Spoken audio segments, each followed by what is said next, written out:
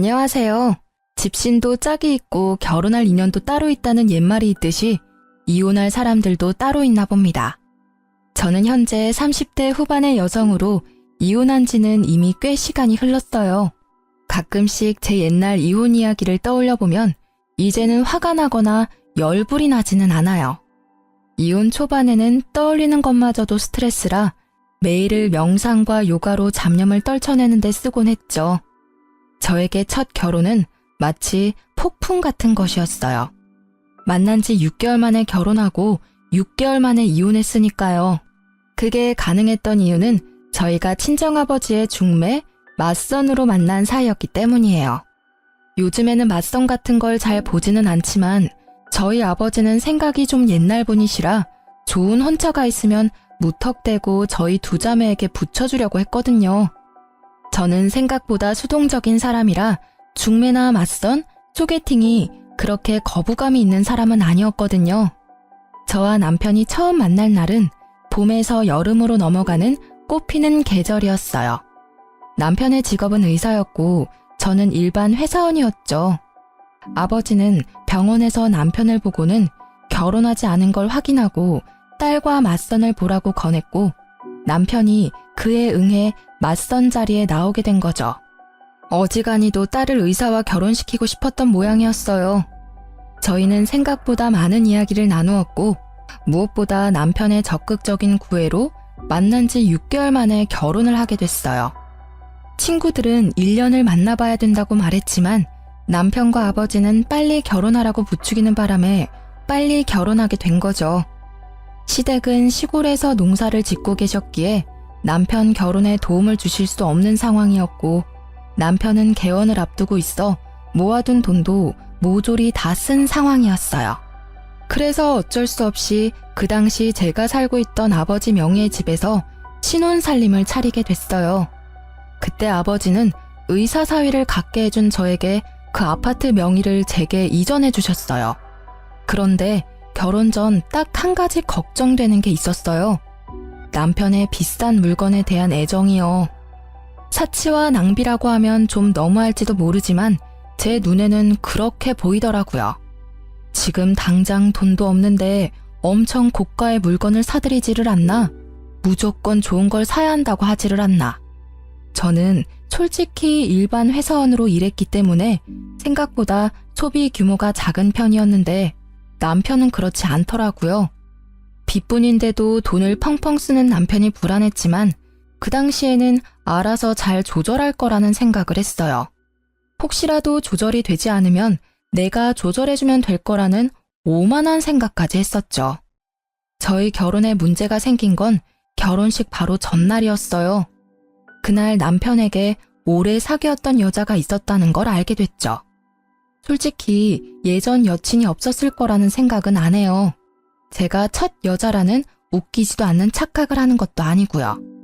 정상적인 성인 남자가 30대 초반에 첫 연애를 한다는 건 아무리 봐도 이상한 일이잖아요. 당연히 남편에게도 사귀던 여자가 있을 거라는 생각은 했는데 이건 시기가 문제였어요.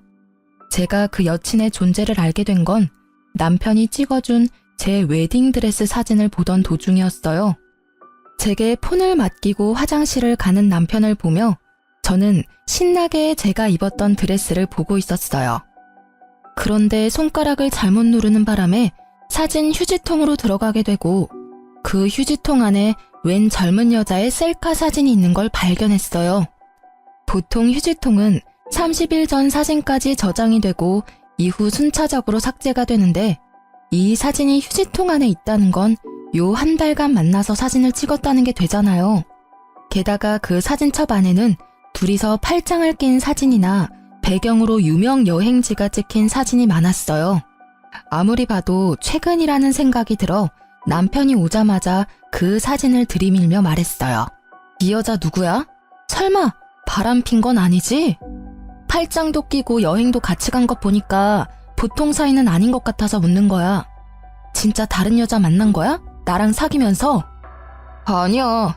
그런 오해할까봐 내가 걱정하긴 했는데 이 여자는 예전에 사귀던 여자애야. 헤어진 지는 벌써 오래됐고 나 당신이랑 사귀면서 이 여자랑 관계도 정리했어. 그런데 왜 사진이 최근 거냐고. 사귀지도 않는데 팔짱 끼고 놀러가고 그래? 헤어졌다면서 웃는 얼굴로 사진도 찍고? 아니야. 내가 결혼한다고 했더니 마지막으로 한 번만 함께 여행 가달라고 해서 같이 가준 거야. 그것도 친구로서 부탁하는 거라고 하는데 어떻게 그걸 못 간다고 할 수 있어? 게다가 얘랑 6개월 전에 헤어져서 그동안 한 번도 만나지 않다가 청첩장 주려고 연락한 거야. 혹시 안 나가면 나쁜 짓 할까봐 같이 여행 가준 거고. 정말 맹세코 나한테는 당신뿐이거든. 그런 오해받는 것도 정말로 마음의 상처라고. 그럼 사진은 왜 남겨둔 거야? 삭제하고 지워버리면 끝인데 왜 내가 이걸 보도록 만들었냐고. 정말로 신경을 안 써서 그랬어. 나도 어제 부랴부랴 사진 확인하고 버렸거든. 내가 진짜로 이 여자랑 사귀고 있었으면 그런 사진을 남겨둘 리 없잖아. 정말로 떳떳하지 못한 여행이었으면 사진을 내 폰으로 찍었을 리 있겠어? 그제야 저희의 짧았던 만남이 실감됐어요. 이래서 친구들이 길게 만나보라고 한 거였구나. 그런데 지금 당장 파혼하기도 어려운 일이었거든요. 일단 친정에서 특히 아버지의 의사 사위에 대한 자랑스러움이 워낙 컸거든요.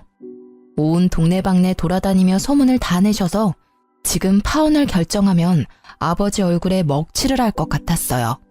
그리고 사진을 유심히 보니 사진 속 옷이 제가 남편을 만나기 전에 초봄인 것처럼 보였어요.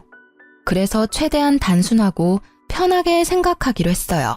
이제 곧 결혼할 남자를 의심하는 건 좀 아닌 것 같다고요. 사진을 간직했다면 모를까. 사진을 삭제까지 한 남자가 설마 바람을 피고 있을까 하는 생각으로요. 다만 남편에게는 단단히 일러두기로 했어요. 있지, 나는 다른 건 다 용서해도 바람은 절대로 용서 안 해. 남자의 바람은 나한테는 이혼 1순위거든. 나는 내 사람을 남과 나누고 싶은 마음도 없어. 그러니까 당신은 절대로 외도 생각하지 마. 만약 그렇다면 나는 무조건 이혼할 거야. 아버지가 뭐라고 하든. 그럼 당연하지. 나도 바람 피는 사람은 싫어. 그런 더러운 짓을 하는 사람을 믿을 수가 없잖아. 평생의 반려를 배신하는 행동은 절대 안 할 거니까 꼭 믿어줘. 나한테는 정말로 당신뿐이거든. 전 여친한테도 벌써 말했어. 호호 할아버지가 돼도 나는 우리 와이프뿐이라고. 저는 그 말에 남편을 믿기로 했어요. 물론 마음의 의심은 좀 남아있었지만 남편은 무척 세심하게 저를 챙겨줬거든요. 바람을 필 수 있는 시간적 여유도 없어 보였고 저와 있는 시간을 무조건 만들어줬기에 의심을 없애버리고 안심할 수 있었어요.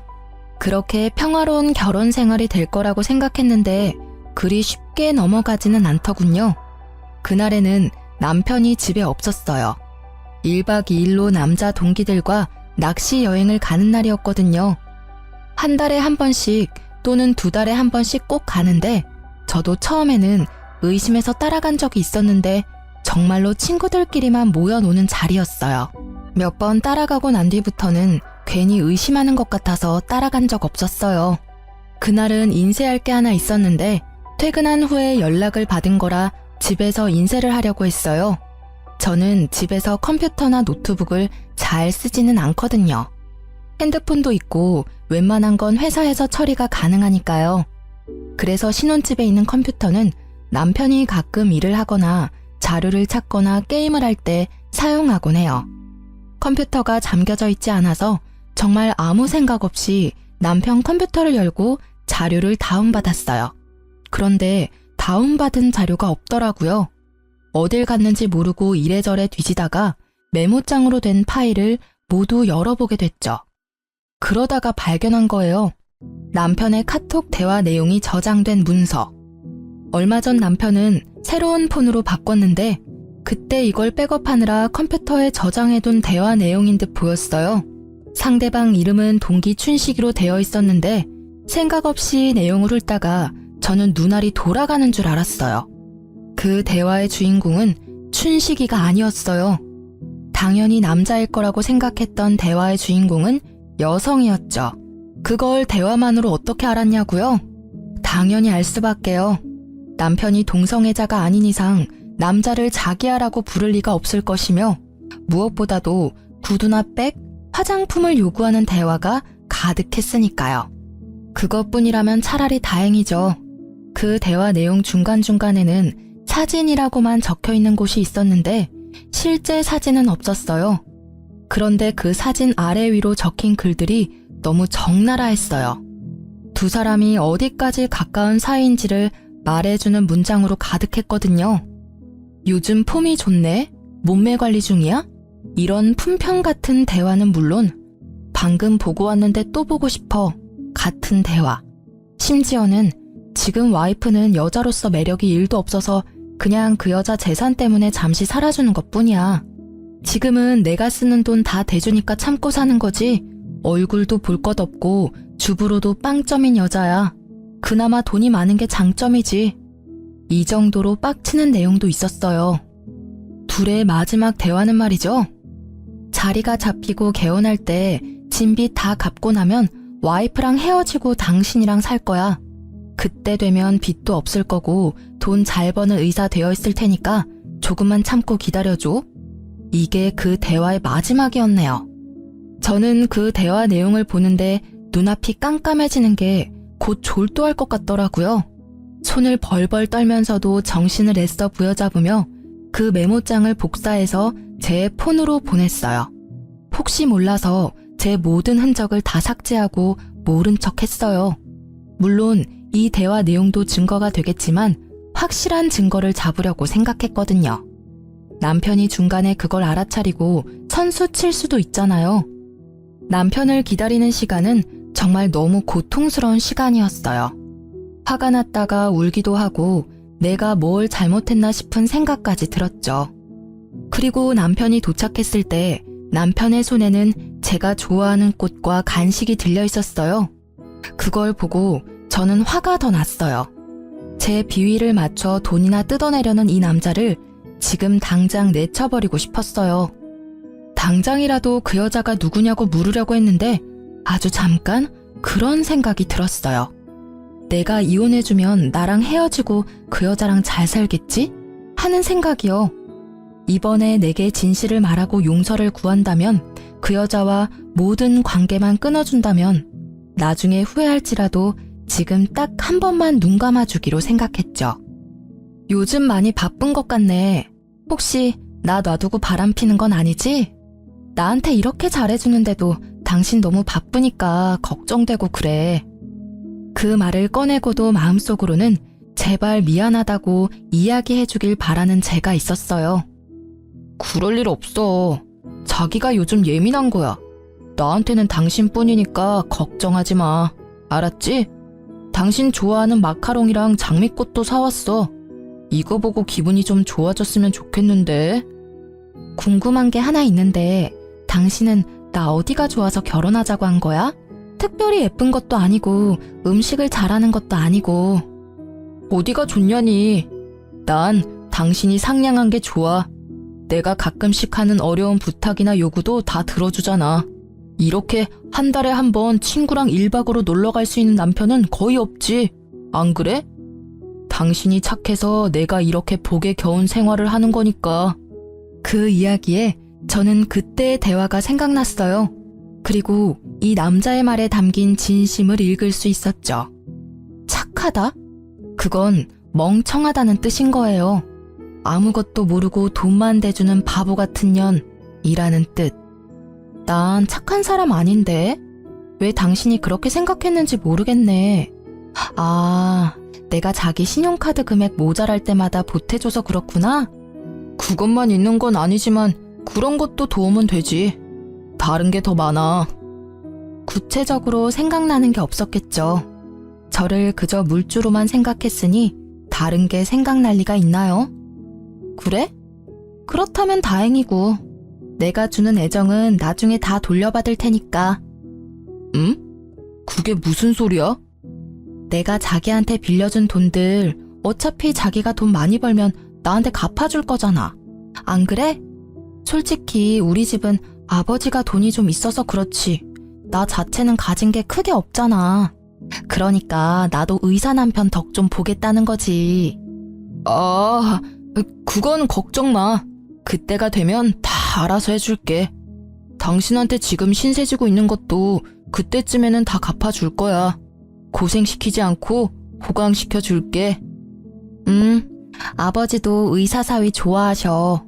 나중에 아버지가 가진 재산도 동생이랑 나랑 반반 나누는 거 알지? 얼마 전에 회갑 앞두시고 재산 정리하시는데 생각보다 많으시더라고.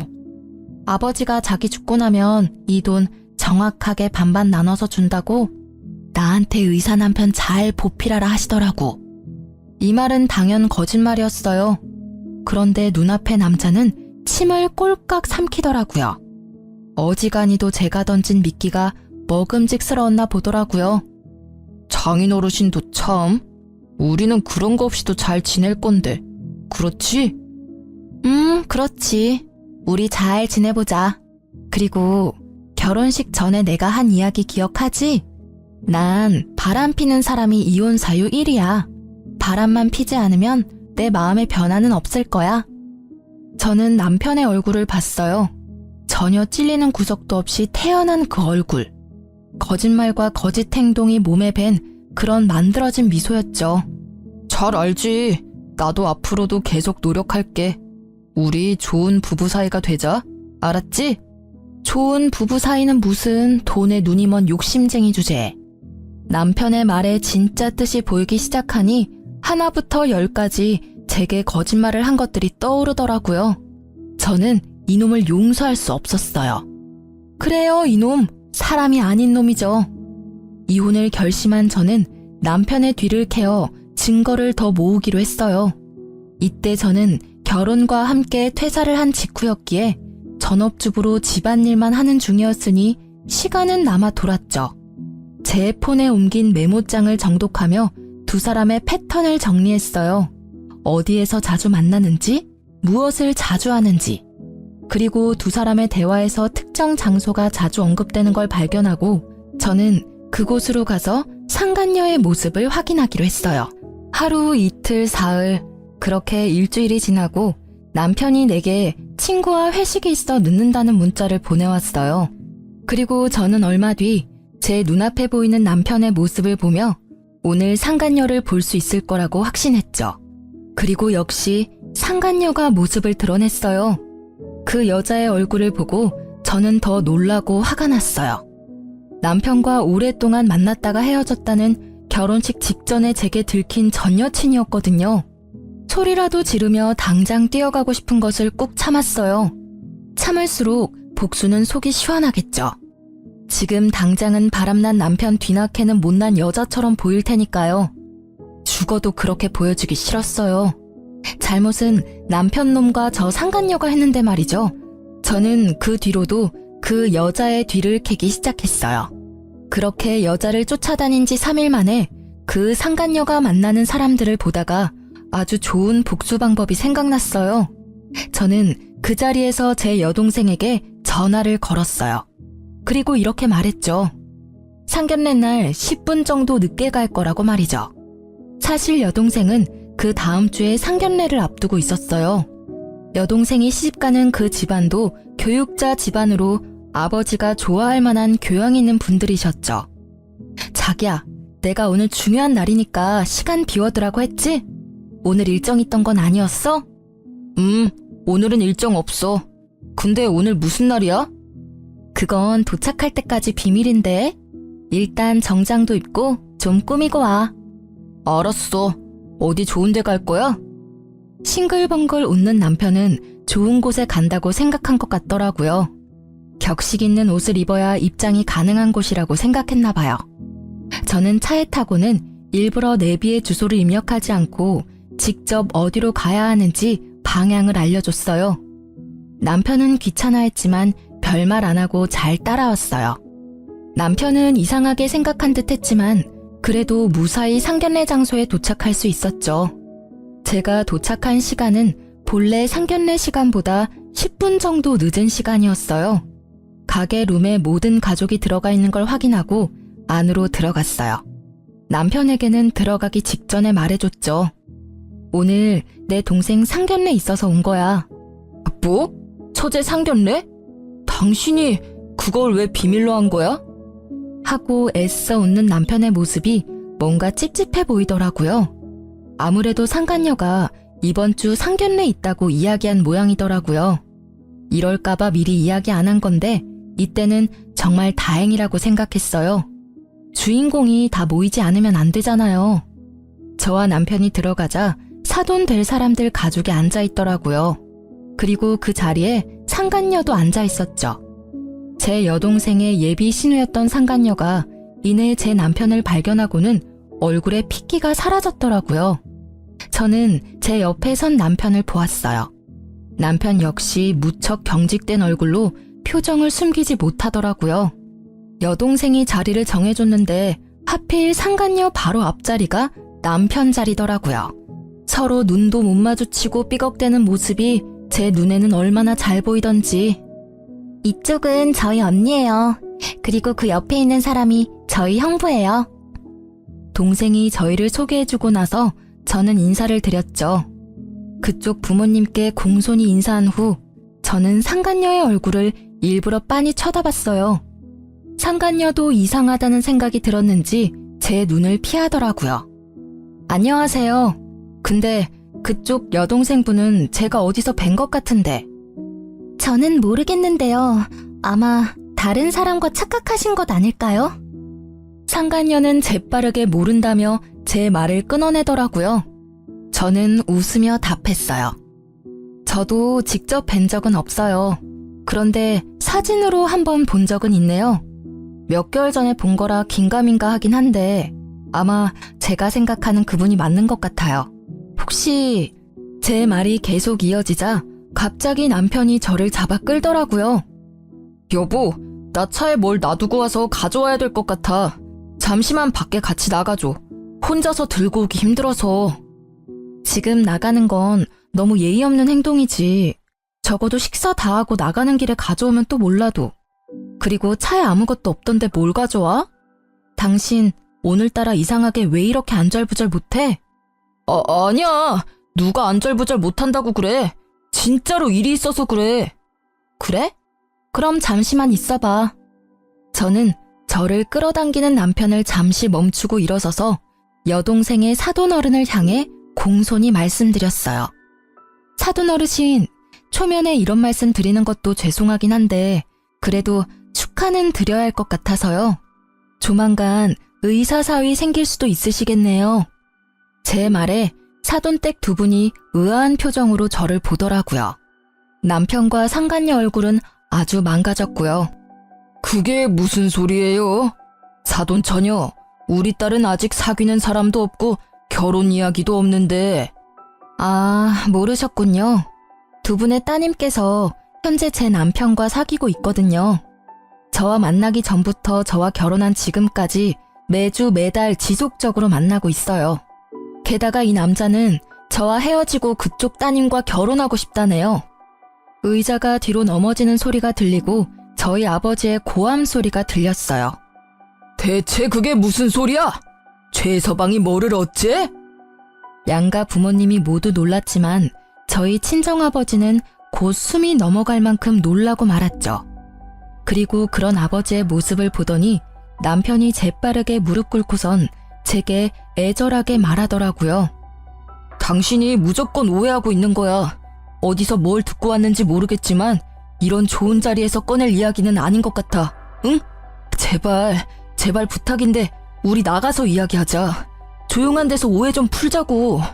이런 자리는 진짜 그런 말 하기 어울리지도 않고 진짜 이 사람과는 당신이 생각하는 그런 거 아니라고. 그래? 이걸 보고도 그 말 할 수 있을지 볼까? 나 생각보다 많이 알고 있거든. 내가 오해한 건지 자기가 잘못 알고 있는 건지 이걸 보면 정확해지겠지. 저는 가방에 넣어왔던 인쇄물을 탁자에 올렸어요. 글자 크기를 크게 해서 인쇄했더니 아주 잘 보이더라고요. 뭐 그러라고 크게 뽑았지만 남편과 상간녀의 톡 대화 내용이었어요. 불륜을 정확히 특정하는 문장만 뽑아서 인쇄했죠. 종이 내용을 보는 양가의 부모님들은 크게 놀라는 모습이었어요. 당연하죠. 서로의 관계를 뚜렷이 보여주는 그 대화 내용에 두 사람의 관계를 짐작하기 쉬웠으니까요. 그리고 상간녀는 그 인쇄물들을 부랴부랴 숨기려고 열심히 주었지만 제가 한 장만 뽑아온 게 아니었거든요. 허공에 수십 장을 뿌려주니 그걸 회수하려는 생각은 못 하더라고요. 다만 얼굴이 일그러진 채 저를 노려보고 있었을 뿐이죠. 그리고 또 한 명, 일그러진 얼굴의 사돈 어르신이 손에 든 종이가 부들부들 떨리도록 떨고 있었어요. 아니, 여보게, 분명히 뭔가 착오가 있을 거야. 이름도 춘식이로 되어 있고, 그니까 이건 내 딸이 아닐 거야. 착한 내 딸이 불륜을 저질렀을 리가 없어. 사돈 어르신이 당황한 말투로 저에게 뭔가 잘못됐다며 말했어요. 필사적으로 딸을 변호하려 애쓰시더라고요. 그건 당연한 일이죠. 아버지가 딸을 변호하는 건. 그래서 좀 더 정확하게 알 수 있도록 말해드렸어요. 그게 궁금하신가요? 불륜을 하면서 당당하게 여자 이름을 저장하는 사람이 있을 리가 없죠. 이름은 가명일 겁니다. 그렇지만 의문을 가지는 건 당연하세요. 그러니까 아가씨, 폰 좀 빌려주실래요? 당신 전화기로 우리 남편한테 전화하면 분명 대학 동기 춘식이라고 뜰 텐데. 제가 번호를 알려드릴게요. 010. 제가 남편의 전화번호를 읊는 도중에도 상간녀는 절대로 자기 폰을 들지 않았어요. 오히려 다른 사람이 더 흥분해서 말했죠. 뭐하고 있어? 빨리 전화해봐. 너 설마 진짜로 불륜을 저지른 거야? 유부남이랑 사귄 거냐고. 번듯하고 멀쩡한 오빠 밑에 이런 여우 같은 여동생이 있다니. 애가 달아서 난리가 났더라고요. 그리고 그런 상간녀의 모습에 불륜을 확신하신 아버지는 털썩 주저앉고 말았어요. 이게 다 뭔 일이냐. 설마 최서방이 이런 짓을 저지를 줄이야. 내가 바라던 사위가 내 딸한테. 아버지, 의사 남편 두신 거 자랑스러워 하셨잖아요. 그런데 전 이제 이런 남편 필요 없어요. 머리만 좋으면 뭐해요? 그 좋은 머리를 몰래 바람 피는 데나 활용하는데. 여보, 미안해. 다 내가 잘못했어. 그치만 이혼만은 안 돼. 그러니까 제발 부탁이야. 내가 뭐든 할 테니까 제발 이혼한다고는 말하지 마. 내가 다 설명할게. 하나부터 10까지 당신이 충분히 이해할 수 있도록 내가 설명할 테니까 제발 밖에 나가서 이야기해. 남편은 그 자리에 무릎을 꿇으며 제게 매달리더라고요. 미안한데 나는 당신 ATM기가 아니거든? 그러니까 오늘부로 내 집에서 당장 나가. 사실 그 톡 대화 내용 나 다 봤어. 당신이 폰 바꾸기 전에 백업해둔 예전 내용까지 싹 다. 이런 대화를 보고 제정신으로 당신이랑 계속 만날 수 있겠어? 돈 때문에 결혼했다는데 내가 왜 당신이랑 같이 있어야 하는데? 어차피 나랑 이혼할 생각이었다면서. 생각한 것보다 더 일찍 헤어져 준다니까? 그 후에 둘이서 콩을 볶든 깨를 볶든 행복하게 잘 살면 되잖아. 왜 결혼 도중에 사람을 바보 만드냐고. 6개월 만에 결혼하자고 졸라서 할 만큼 우리 집 돈이 탐났어? 그런데 어쩌지? 나는 이제 더 이상 그 돈 못 주는데. 다른 데서 알아봐 이제. 아니야, 진짜 오해야. 그 뒤로 우리 진짜 만난 적 없고 나는 당신뿐이라고. 당신 없으면 나는 안 돼. 나 진짜로 당신 돈 때문에 만난 거 아니야. 그냥 그건 헛소리가 나온 거고. 그래, 술 취해서 그랬나 봐. 나는 기억도 안 난다고. 나 진짜 이혼 못해. 왜? 얼굴도 못생겼고 주부로도 못 쓰는 여자가 뭐가 중요해서. 아, 여전히 돈 때문이니? 그렇다면 이제는 저 여자한테 달라고 하면 되잖아. 왜 나한테 달라고 그래? 그리고 분명히 말하는데 내가 내 돈은 다 돌려받을 거야. 위자료는 물론 상간녀 소송도 걸 거야. 위자료 싹 다 받아먹을 거고 내가 당신한테 사준 것들은 고스란히 놔두고 가야 될 거야. 가져가고 싶으면 돈 내고 가져가던가. 저는 매달리는 남편을 뿌리치고 상간녀를 보고 말했어요. 그리고 잘 들으셨죠? 당신한테도 소송 걸 테니까 그렇게 알고 있어요. 이렇게 좋은 자리에서 소송 이야기해서 좀 그렇지만 결혼은 집안끼리의 결속이잖아요. 언니 남편과 불륜을 저지른 상간녀가 시누이라니 그게 무슨 막장 드라마냐고요. 동생에게는 정말 미안해서 얼굴을 못 들겠네요. 잘못은 저 두년놈이 저질렀는데 왜 저와 제 동생, 가족들이 고통받아야 하는지 모르겠어요. 동생에게 처음 이 이야기를 했을 때 동생은 과하게 충격받았어요. 그렇지만 신우이로 그 상간녀를 대해야 한다는 걸 알고는 이 결혼에 대해 다시 생각해보기로 했어요. 애초에 그 남자도 아버지의 중매로 알게 된 사람이었거든요. 저도 오빠 결혼은 다시 생각해볼게요. 교육자 집안이라고 해서 다들 훌륭한 분들이라고 생각했는데 상간녀를 신우이로 모셔야 하는 상황이라면 누구라도 싫지 않을까요? 그것도 언니의 가족을 깬 장본인인데. 동생이 결혼을 하지 않겠다고 말하자마자 친정아버지가 버럭 소리쳤어요. 야, 이 괘씸한 놈아! 내 돈 내놔! 개원할 때 나한테 빌린 돈 당장 개원해! 이 사기꾼 놈아! 감히 내 딸을 두고 바람을 폈어? 게다가 내가 맞선을 이야기할 때도 둘이 사귀고 있었다고? 내가 내 손으로 딸 인생을 망쳐버렸어. 그 책임 어떻게 질 거냐? 어떻게 질 거냐고! 아버님, 제발 진정하세요. 제가 다 잘못했습니다. 그러니 한 번만 봐주세요. 앞으로는 속죄하는 마음으로 와이프에게 충성을 다해서. 말이나 못하면 밉지는 않지. 너 같으면 진정하게 생겼냐? 넌 내 딸만 속인 게 아니라 우리까지 속인 거야. 그래놓고 뭐? 충성? 아주 거짓말이 입에 붙은 놈이구만. 사기꾼 주제에 우리 딸을 돈 뽑는 기계로 생각했다고? 그 돈으로 저 여자랑 놀러나 다닌 거야? 너 같은 놈한테는 단돈 1원도 아까워.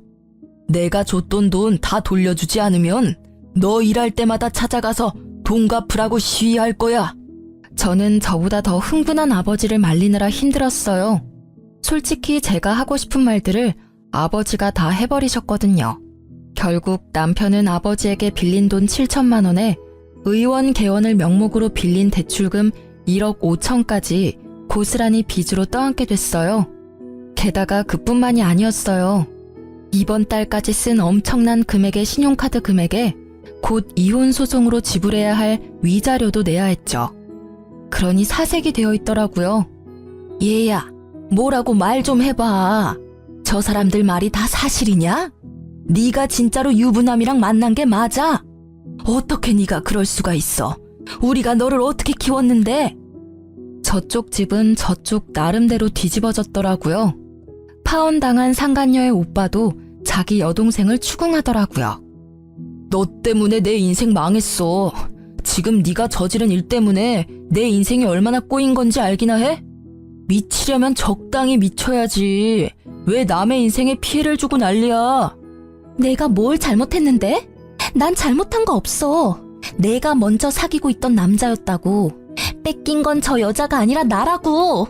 그렇게 소리질러 봤자 유부남과 만난 미혼 여성, 그 부분이 변하는 건 아니니까요. 한참 바쁜 그 집 사람들을 놔두고 저희 친정 부모님과 동생은 밖으로 나갔어요. 제가 먼저 내보냈죠.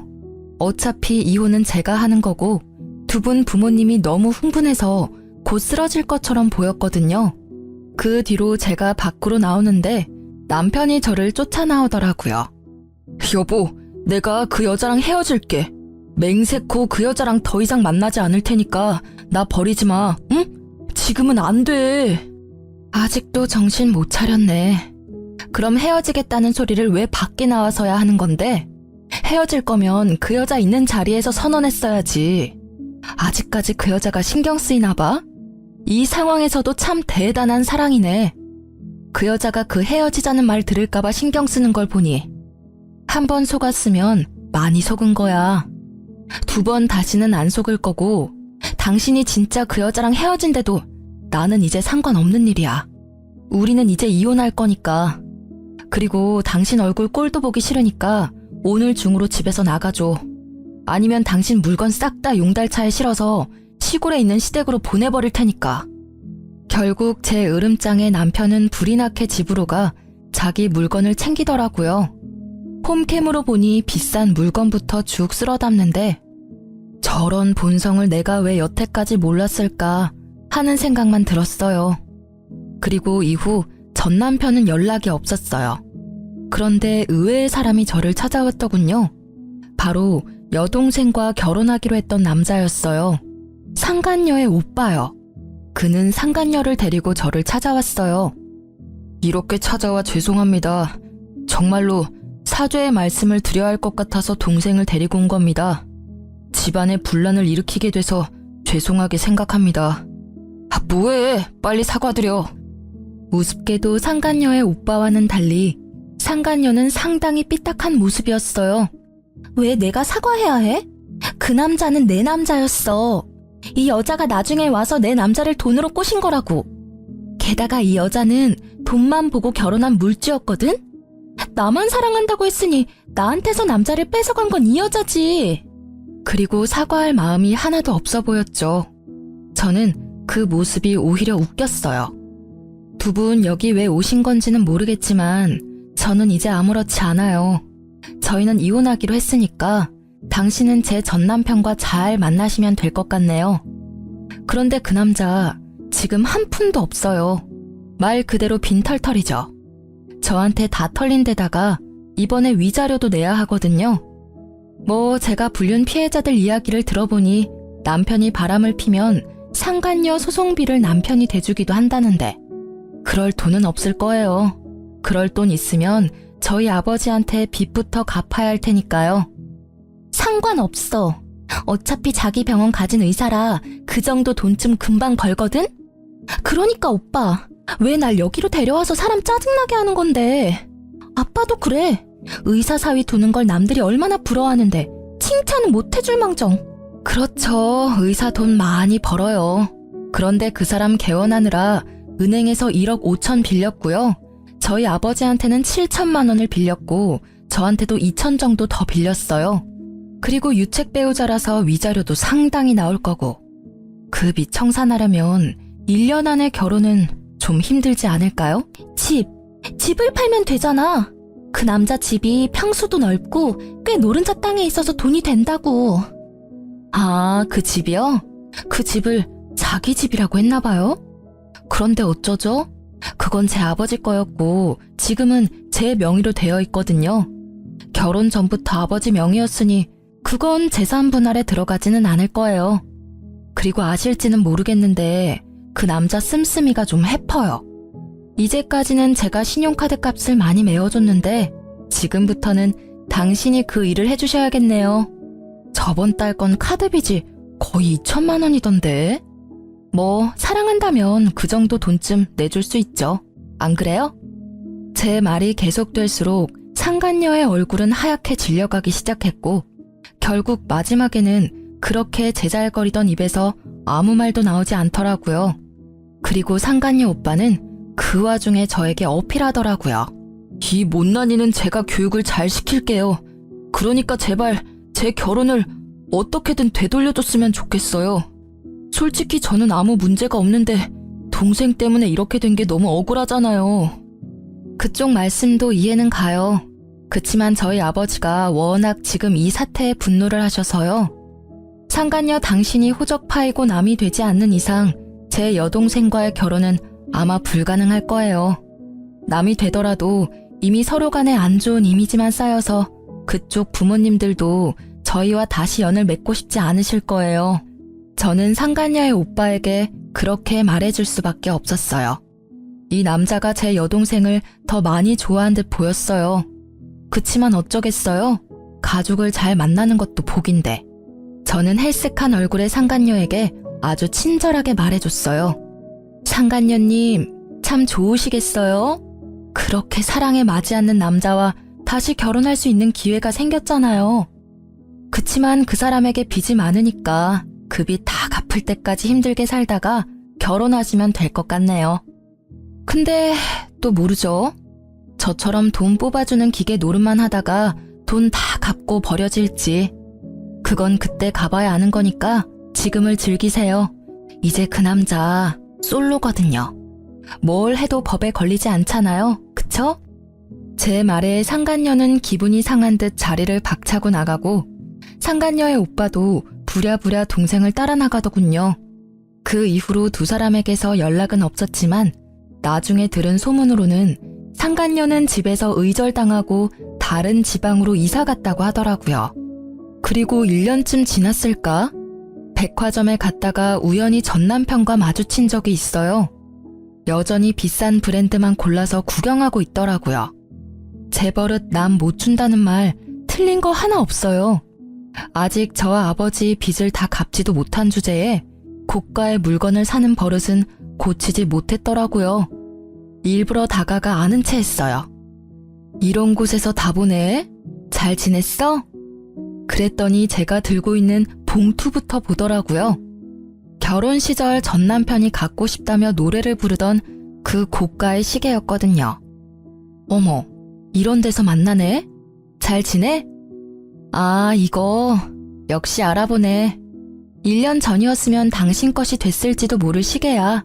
지금 재혼한 남편 생일 선물이거든. 뭐? 1년 만에 벌써 재혼? 너 설마 나 만나고 있던 동안 바람 폈어? 맞바람이면 나만 이런 고생하는 건 좀 아니지 않아? 미안하지만 맞바람은 아니야. 당신이 오해하는 것도 이해해. 솔직히 나는 당신한테 너무 당해서 다신 결혼 못할 줄 알았거든. 근데 내 짝은 다른 데 있었더라고. 그런데 상간녀랑은 잘 지내? 그쪽은 이미 헤어진 지 오래야. 상간녀 소송비 못 내준다고 하니까 헤어지자더라. 너 그 여자한테 뭐라고 말했어? 뭐 사실을 말했을 뿐이지. 당신이 이룬 것 중에 뭐 하나 당신 힘으로 이룬 게 없다는 거 말이야. 빚이 그렇게 많다는 게 헤어진 이유 중에 하나라면 이해는 해. 일반인들이 감당하기엔 확실히 큰 금액이잖아. 이렇게 이혼하고 보니 정말 다행이라는 생각이 들더라. 그리고 네가 이렇게 힘들게 사는 걸 보니 너무 기쁘고. 이혼한 뒤로 사람 많이 변했네. 그런 이야기도 할 줄 알고.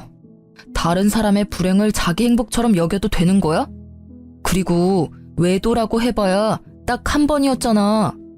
외도 한 번에 이혼당했다고 하면 어디 가서 웃음거리밖에 안 된다고.